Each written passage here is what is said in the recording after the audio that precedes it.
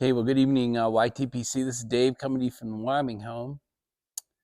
It's about 5 o'clock on Wednesday afternoon. Still a little bit of light out.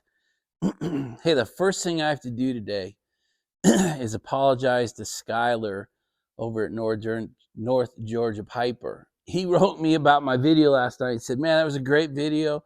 I love all the comments. You really reached a lot of people. And hey, I don't think I said that in my videos. And he said, I went back and watched my videos and I can't find out where I said that. So I'm just going to say, I apologize to Skyler.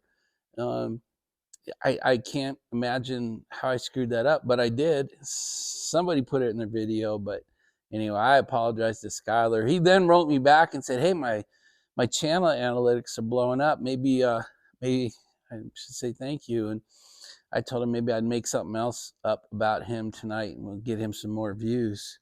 So anyway, I totally hate when I do stuff like that, but I do screw up from time to time. So I don't know. I joke with my wife. I don't screw up very often, but I make it up in how bad the screw up was. So again, Skyler, I'm sorry. Called you out on something you didn't say. The rest of the message can be fine. It's intact, but I feel bad that I used Skyler when he didn't say what I thought he did. So again, that's first thing out of the gun is I'm sorry. All right, so next thing up is the pipe. This is the Wyoming Meerschaum.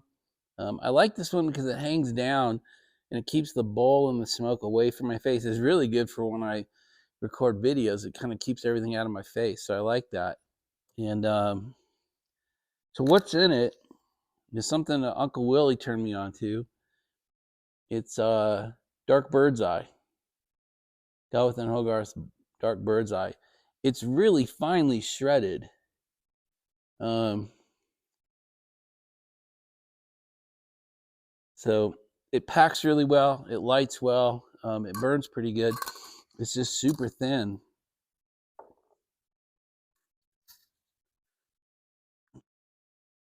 And I actually tried that sandpaper idea that one of you guys threw at us the other day. So I went to the hardware store. I couldn't find 1,000 grit, so I bought 1,500 grit. And so I imagine it took a little bit more effort and took a little bit more sandpaper. I had to cut it into 8 or 9 pieces, and I used all 8, but I got this thing sanded down till it was perfectly smooth again. And I do think that sandpaper idea is a really good one. It worked better than me reaming it out. So I just throw it out there that I used 1,500. If I could have found 1,000, I would have. But my other alternative was 800, and I felt I wanted to go too fine instead of too coarse, so I didn't score the pipe. But I gotta say, so far, worked great. Now, will it help the pipe breathe? Will it help the pipe color up here? I don't know, but I just want to tell you that I thought it was a pretty good idea and it seemed to work really well. Well, hopefully you saw the wheel gun Wednesday. That was a pretty fun weapon to show you guys. And I got a pretty special one coming Friday. And that'll be the only one I do here because I leave on, so today's Wednesday, I leave Sunday to go back to my son's place in Denver, and then I fly home Monday morning. So this Friday will be the only Freedom Friday that I do from here. The next Friday I'll be back in Maryland.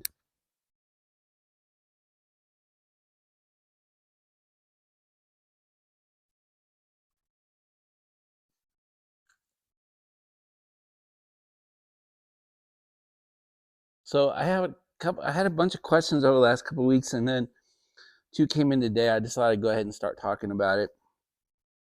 So I've gotten questions about, this is the U.S. federal government's debt, and what did I think about the debt that we're accumulating, and then what's my impression of the idea of a central bank digital currency, or a CBDC. And so those are the 2 subjects I'm going to talk about tonight. So half of you may have already fallen asleep just having to hear the 2 titles.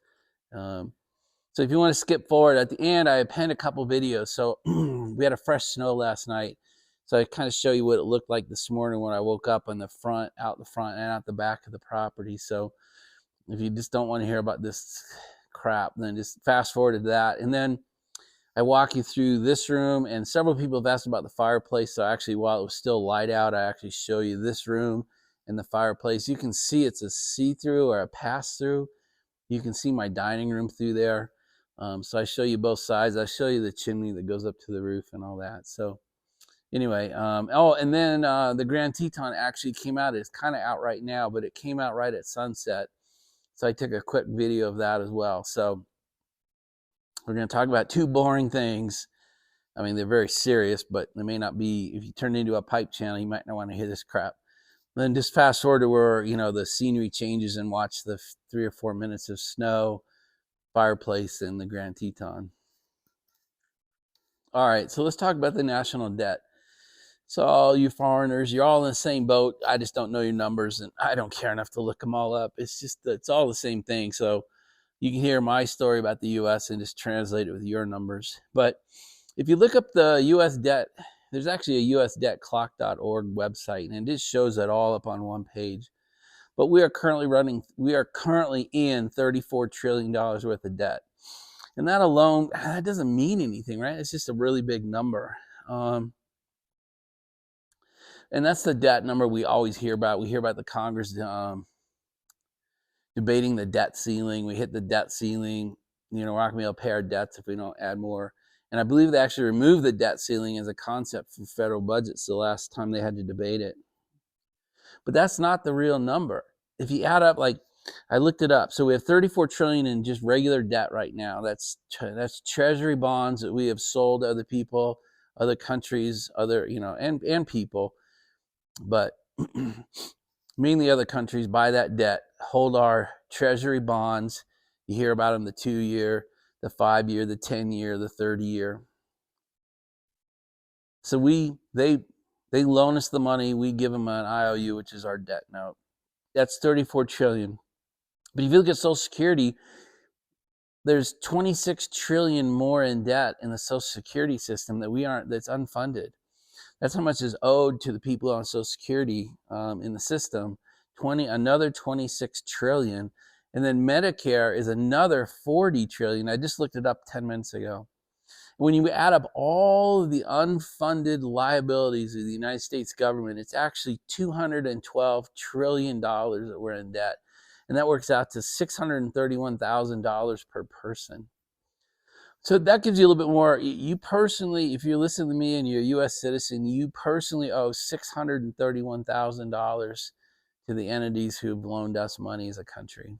I think that's probably a lot more meaningful number to you. And although 34 trillion, it sounds like bonkers, and 212 trillion sounds like bonkers, but when it comes down to you owe 631,000 of that money. That's a crazy number. I mean, that's more than most people spend on houses. It's more than most people spend in a decade, I would think. And so I just think that number brings it home. So let's talk about the ramifications of those numbers. I always have trouble keeping these things lit because I talk way too much and I don't pay attention to it. It's going to go out and again in a minute, I can tell. So one of the real problems is that we're about 5-6 years away, federal budget cycles away from the tax income of the United States will not be able to fund the interest payments due on the debt. Not to pay off the debt. We're not paying off any debt in the United States. I mean, I don't think we've not thrown a surplus to the budget really since Bill Clinton. I think it was 92 or 93 was the last time we threw a surplus to the bottom line and actually paid off some debt. I mean, that's just not in the cards. It's not even discussed anymore.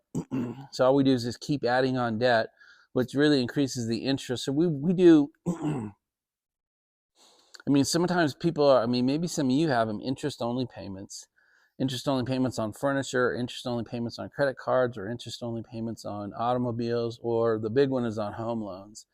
You get a 5-year interest-only loan or something. So that's what we're doing as a country. We are making interest-only payments on our debt. And in about 5 years, at the current spending levels, we will not be able to raise enough money through taxation to pay off the interest on our debt.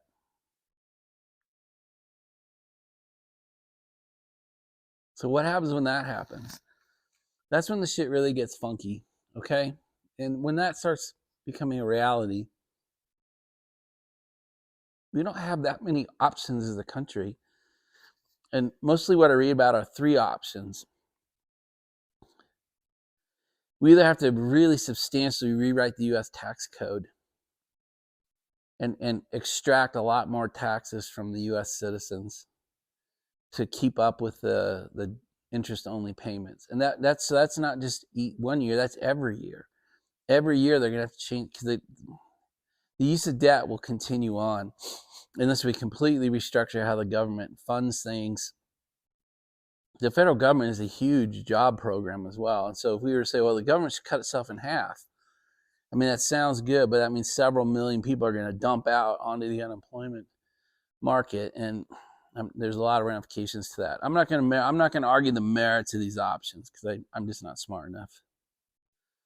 But so rewriting the U.S. tax code, and everyone said, we'll just tax the rich. And honestly, there just aren't enough rich. And so every time new tax law gets written in, they say, well, we're only going to tax people over this income level. And then a year later, they move that number down. And within 4 or 5 years, they just taxing everybody at that level. So, I mean, income tax is a good one. In 1913, when it was created, they were only supposed to tax people over some crazy number like 100 grand back in 1913. And within 10 years, they were taxing everybody. So that's option number one. I guess option number two could be restructure our spending and stop giving money to other countries and kill a lot of the programs that we are aware of and defund the military to some extent. And we could restructure how we spend. You know, they used to call that austerity programs, and it's just, I don't think there's a nation on the planet that's gone through an austerity program that didn't cause, full-on street riots. So I don't think that's much of an option either. Another option, it's got a name, it's called modern monetary theory, MMT, and that is we'll just print our way out of it. Well, if we need another $1 trillion to make the budget balance, let's just print another $1 trillion. God, we just printed, I think, something on the lines of $8 trillion back during the COVID crisis. And we can just print our way forever. And there's, that's a pretty, sorry, my camera fell up on me. So it's a very serious debate in Congress right now that MMT, modern monetary theory, just print our way. You need $1 trillion, print $1 trillion. You need $1 trillion, and every year, if you need another couple trillion, just print it. The problem with that is the value of the dollar will start to really get impacted. People will trust our government less and less. And in fact, it's already happening. And the way we can see that is interest in foreign countries in purchasing our debt bonds when we auction them off. It happens, every few months we run a bond auction. You hear, well, it's a 30-year bond auction on Thursday, or it's a 7-year bond auction on Tuesday, or it's a 2-year bond auction on Friday. And so the number of people who are interested and the interest rate they demand before they buy is how you tell it. How many people are buying, and then what interest rate. And so the Treasury Department issues them at a certain interest rate. Let's say it's 3%. I made that up. And no one's buying, or not enough people are buying. So they say, well, we'll give 3.1, we'll give 3.2. It's called the tail. And lately, our bond offerings have had a long tail. We've had to offer more and more as the bond auction went on before people were interested in buying it. Well, guess what? When you have to pay more interest, that makes the interest-only payment even larger. So it's kind of this self-licking ice cream cone. And eventually, it just will collapse under its own weight. So you ask, well, when will that happen? I don't know. I don't know how long we can kick this, raise taxes, print money. And it could be 10 years. It could be 20 years. It could be in 2 years. I don't really know. And I really don't think anybody knows. It's really not up to us. It's not even up to our government. It's up to all the other governments. It's up to all the other bond buyers. And so, currently we're the least smelly dead fish in the tank. The U.S. dollar is still the currency of choice. Now, the BRICS nations are starting to nibble away at it, but they're nibbling away at it. They might have 2% of the transactions in the world. We have 98%, right? So, all this BRICS scare is not for now, not for this year. It's for 10 years from now, because they do continue to bring new countries into BRICS. and you hear about more and more transactions, particularly the purchase of oil and energy, that don't use the US dollar, the interest in the dollar will decline. And then nobody will want to buy our debt, and then we won't be able to fund the debt. And then the third option comes into play, and that is the United States defaults on its interest payments to the bondholders. That could be you. It could be people who decided to put some of their savings into U.S. bonds. It could be to companies that put some of their corporate savings there. It could be other countries. So that's not a great option. It's never been done in the history of the United States, but I would say in today's world, that's no longer, who cares? I mean, we're seeing things that haven't happened before in the United States, so that would just be another one. So that's it. That's why it's so important. And we see this staircase of debt. We're climbing the staircase, and eventually we're going to run out of stairs. I just don't know when. But you're hearing debate about taxation already. You're hearing debate about modern monetary theory, and there's even politicians that have said, "Well, let's just go ahead and default and just deal with it." So I don't know which options it's going to be. So one of the options that we talked about was printing, because it's painless, right? Just fire up the printing presses. Get the U.S. Federal Bank, which is not, it's a private bank and it has no reserves. It's a great name though. But just get them to fire up the printing presses and loan that money to the government, and the government will lend its way or to the larger banks, and they'll loan their way that money into the U.S. economy. But you can tell what happened in the last 4 years, and it's the inflation rate. As you pour more money into the pool, the money pool, the M1, M2 money supplies, it rises up the price tank. And so if we choose that option, and this is not that far away, a couple of 2, 3, 4 years away. If we choose the printing option, then we'll kick back to what inflation was 2 years ago or so.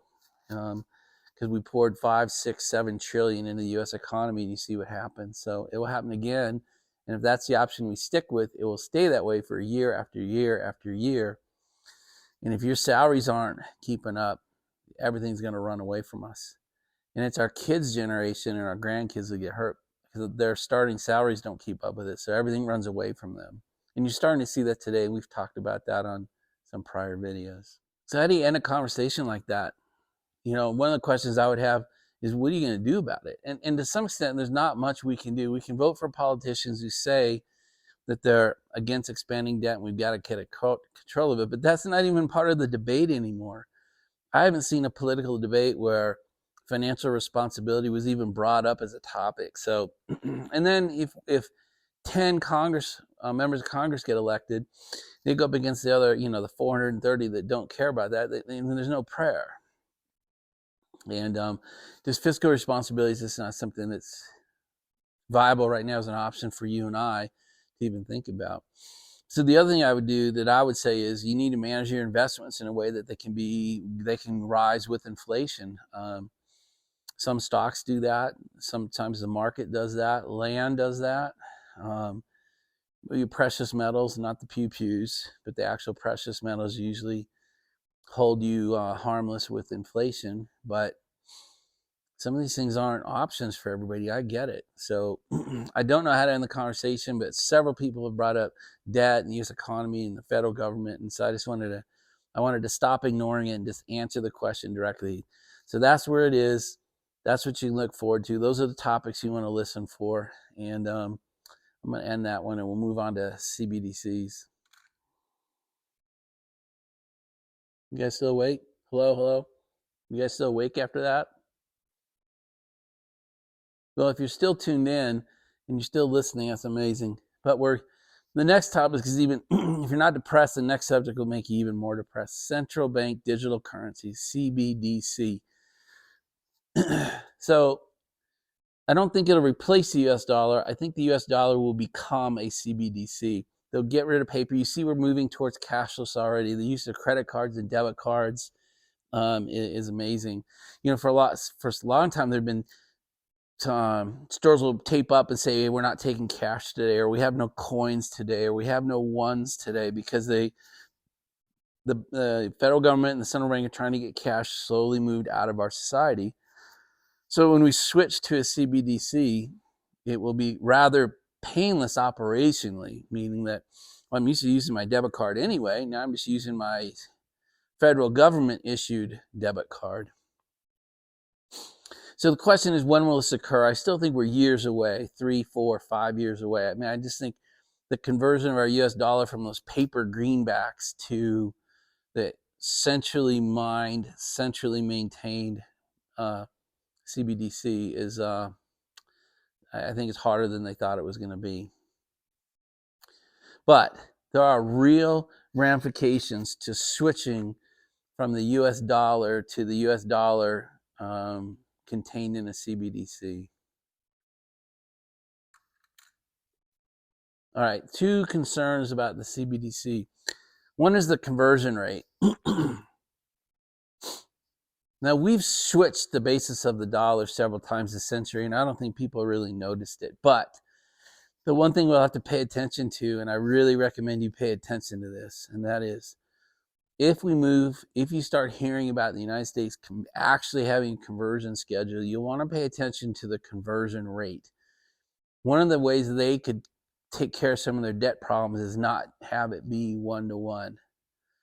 So if you have $10,000 in the bank, US dollar based denomination, it might be a 2-to-1 or a 1.5-to-1 or a 3-to-1 or something, where a $10,000 deposit changes to a $5,000 CBDC. And you think, well, it's a different thing. It may not hurt as much as it seems, but I don't think that'll be the case. I think it'll hurt. And so please just pay attention. And again, I think we're a couple years away from this. I could be wrong, but I think it's much harder than they thought. But the conversion rate is something you need to hear, listen for, pay attention to, and apply it to your life when you hear what it is. I've heard rumors they may make it more. It may be 1 to 1.5 or 1 to 2. I mean, it goes the other way. You have $10,000 US dollar based, and they're going to entice you to switch over to CBDC because they're going to say, you know what, we're going to go 2 for 1. We're going to give you $2 in CBDCs for every dollar you have US dollar based. That might sound really sexy, but that brings up the second issue, the second problem with CBDCs, and that's the control of the money supply at the individual level. Control of the money supply at the individual level, what the hell does that mean, Dave? So today, if you have a dollar bill, dollar bill, you can spend that pretty much any way you want. You can go to any store, buy any product with the dollar bill. I mean, there's absolutely no restrictions on it, which is actually part of the argument they're going to make for the CBDC, because so many dollars are used for nefarious purposes. They buy human trafficking gets paid in US $100 bills. International drug traffic is paid in US $100 bills. The US $100 bill is the currency of exchange basically across the world. So they're going to say, well, if we get rid of cash, all that goes away. They're actually saying that. Do you feel how stupid that is? But if you have a CBDC system, the way it is currently set up, the way they're currently heading towards it, is that the U.S. federal bank will open up an account, or the U.S. Treasury Department, I don't know which yet, will open up a bank account for every citizen in the United States. And they will force companies to start paying your salaries in CBDC into that federal account. They won't force you to use it. They'll just force companies and payroll clearinghouses like ADP and Paychecks and those things. They'll say it is now illegal for money to depart payroll exchanges except into federal bank accounts. It may sound insane, but that's what's going to happen. So all your money will eventually, because I'm sure most of you are salary based. Most of the United States gets their money through salaries. So most of you are going to have your money in these federal issued bank accounts that look just like a regular bank account. And it'll probably even have a dollar sign and a number. It'll look just like your bank account statement, but it'll be a CBDC. And they can do things to it that cannot be done today. We're too spread out. We're too diverse of an economy for this kind of control. But they are headed towards this kind of control. So listen to these nightmarish controls. They can say you can no longer spend, the federal government no longer does not want to support firearms. So the CBDC federal bank accounts can no longer be used at any arms store or at any store for ammunition or gun parts or weapons. The federal government no longer wishes to support through the CBDC system the use of tobacco. And so a CBDC account cannot be used. You probably get a debit card, a credit card, or somebody that want their chips in their hand, if you can believe that. But you won't be able to use them at certain stores. And even if you go to a general store, you won't be able to use it for these certain line items at the store. They can turn all that off. I mean, literally one switch, one radio button, and that's shut off. And there's nothing you can do about it. And you can't go to an ATM to go out and get cash so you can go do it, because there are no ATMs. That's gone. It's all electronic. It's all online. It's now cashless. So it gets worse than that, guys. So the first level of control is you're going to move all of us to our federal accounts. All your income will come into those accounts, and you'll be told what you cannot use it for. Yeah, so that's the first nightmare.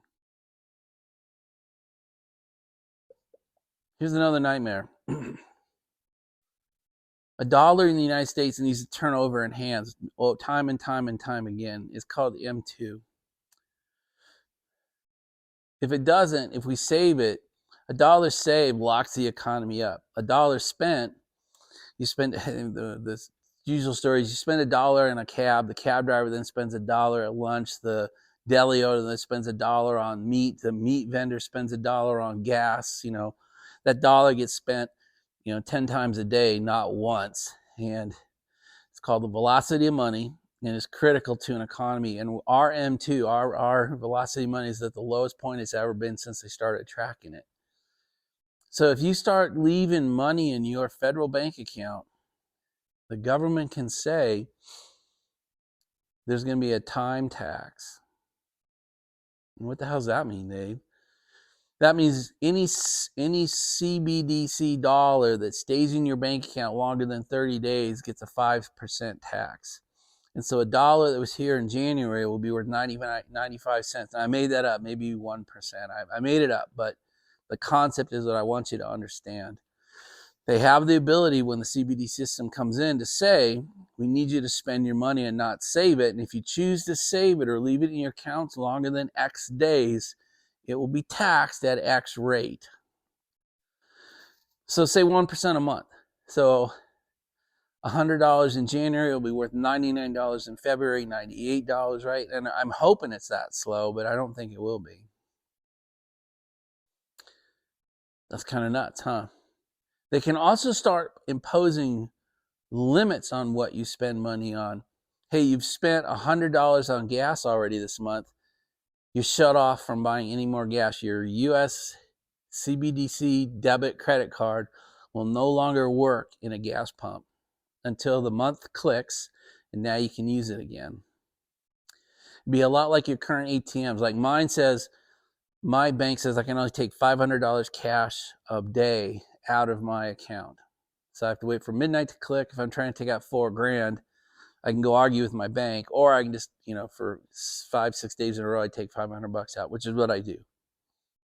Same thing with buying gas, or soda, or fast food, or. These are radial buttons in the system, and it could be by individual. It could be, Dave, you're on $100 a month gas budget. So they look me up, pull me down, Dave, hit the radio button and put $100. It's going to be that easy, guys. That's why they want this out there. They can control the flow of money. They can control what you spend it on, and they can control at what rate you spend on certain things. They could say, hey, you've purchased more than your $20 a month allotment on soda. I mean, it could be down at that level. In the grocery store, there's 10,000 items. Every one of them can have a limit associated with them. Isn't that insane? Yeah, I mean, it's a dystopic nightmare when you talk about CBDCs. The government will never talk about any portion of these. In fact, this video may not even get loaded. Who knows?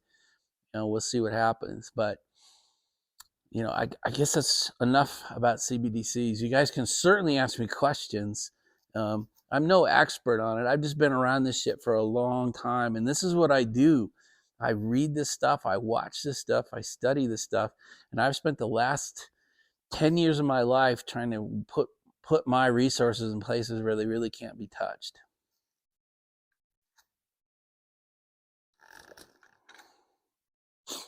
All right, one more nightmare about taxation. Is anybody still here? Hello, hello, hello? Can't believe you're still here. Can't believe you're still awake. All right, there's another phrase you need to start looking for, listening for, and that is unrealized capital gains tax. It's been proposed twice, I think, into Congress, but it went nowhere because it really does hurt everybody, including rich people. So I'm thinking it won't pass, but if it does, I'm gone. That'd be the thing that pushes me out of the United States. So what is unrealized capital gains? So your house is the best example. Let's say you bought in some mythical dream world, you bought your house for $100,000 and is now worth $400,000. That's unrealized capital gains. You have no benefit from it. You can't spend it. You could borrow against it, but the value of the house is locked up in the house. Well, what has been proposed now to Congress a few times is you should be taxed on that, which means you would get a tax bill for the $300,000, and they would treat it like income. So you'd be taxed at the current capital gains rate to get you trued up. And that's true on all your assets, your cars, your gold, your savings accounts, the interest you've made, the appreciation of your portfolio. They would true all that up, and I don't know if they would do it in 1 year because that would bankrupt most of us, right? If you got a tax bill that taxed you at 20% of $300,000, that's what is that, 60 grand just for your house? Think about all your other assets. So they may trickle it in. They may say kind of like home appraisals in the United States. It usually takes 3 years for the value to actually work up to that. So they may do something like that. They may do it over 3 or 4 or 5 years. And then they want to do it every year to keep you trued up. And that's insane. So that would bring in a lot of tax money. That would be one of those options we talked about with how do they deal with the debt. And they could, once the CBDCs system is installed, they wouldn't have to ask you. In fact, you might not even have to file a tax report. They'll just apply your tax rates to your CBDC account and take your taxes out for you as a service to you. Wow. That's how this all starts to come together, right? It's a dystopian nightmare, guys. I don't know what else to say about it. I'm going to shut up. Well, guys, not really a pick-me-up video. I'm going to shut up now, put all these pieces together and get the video uploaded. Hey, and don't forget on the end, as soon as I'm done talking here, I'm going to put you through, I'll put you back to sleep. I'll put you back into happy land. I'll show you the snow. I'll show you the mountain. I'll show you the fireplace. So you'll feel, if you don't end here, if you go to the end of the video, you'll feel better. And that's it. We'll talk to you guys tomorrow. Bye. Hey guys, we got a fresh snow overnight, and I just thought I'd show you just how pretty it is. This is what I see outside my office here.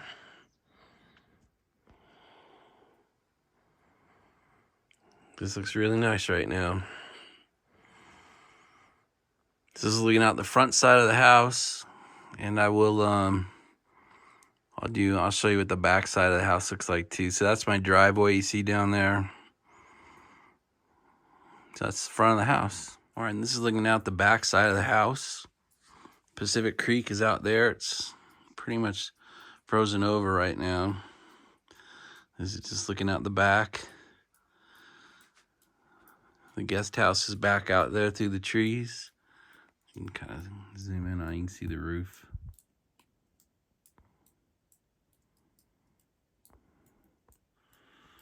You can see our pond is completely frozen and snowed over.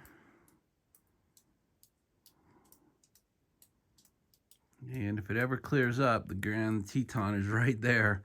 We'll see if we ever get to see it this week. But that's it. Just looks really good. Hey guys, I wanted to do this in the light. A number of you have commented about the fireplace on my old vids back at the beginning of the channel, and just the one from the last couple nights. I wanted to show you, this is what we call the great room. It's where we hang out. It's a 100% log home, old growth. I did not shoot the elk. It was hanging there when I bought the house. It's got great picture windows.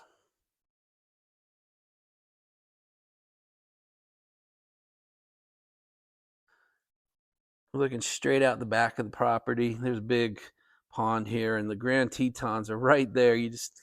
Someday I'll be able to prove that to you. So my wife gets all the credit for how this place looks. Well, the chainsaw is mine, but if she were here, she'd make me move it. She has this set up, like from this part of the room over is for watching TV. And then this is just hanging out place. But here's the fireplace. I wanted to show it to you. It goes all the way to the ceiling. It's probably 20 feet tall. I've got it rigged up. It's ready to start. I'll start a fire here in a little bit, and we'll do a fireside chat later. In fact, you guys are sitting on that table when we do it. But the cool thing about the artsman, the craftsmanship that went into building this house is ridiculous. I mean, the guy put knots here, and it's just insane. But the cool thing about this fireplace is with a look-through or a see-through, you can see the dining room on the other side. So the fireplace serves two rooms at the same time. So I'll take you in here. Here's the kitchen. It's a pretty fabulous kitchen. I basically heat up pizza and pour cereal in it, but my wife and son do great things. My wife redid that cabinet. But here's the fireplace on the other side. My wife and daughter are doing a puzzle. It'll take them, they said it'll take a year or two, but we'll just leave it there. So now you can see back through to the great room, through the fireplace, and it goes all the way to the ceiling on this side. And something, there's a big mound of snow comes from my roof. I pay a roof shoveler. He comes by maybe 2-3 times a year. We get so much snow that no roofer should really leave 2, 3, 4 feet of snow on it. So he comes by, shovels it. So we get these big mounds of snow. Some of you noticed the ladder on the front of the house. We leave it up for him. He asked us if we would. So we do. So my wife has not found a piece of art that warrants that spot yet. So that's one of the blank spots. All right, guys, that's really it. Oh, so you want to see how redneck I am? Oh, by the way, that's for Freedom Friday. But we'll leave that for Friday. So this is something I bought without my wife's permission. So she said, we can put it up. It's got to be somewhere kind of hidden. But it's just a canoe with all the local animals in it. Thought that was pretty fun. I think my wife's a little embarrassed by it, but that's, as her husband, that's sort of my job, right? Here's the stairs going upstairs, and it's all wood. You can see it's like a tree, an actual uncut tree. Amazing house, guys. I can't believe I call this home, but I do. And it's a privilege. I've said that 100 times. I know it. That's it. All right, guys. Well, the Grand Teton decided to stop being so shy. It actually came out. So as we got sunset coming out here, so you can kind of see what I see right out the window here. Fireplace is at my back, and this is what we see out right out our windows every day. Well, every day the clouds let us. Anyway, that was kind of cool that it finally came out.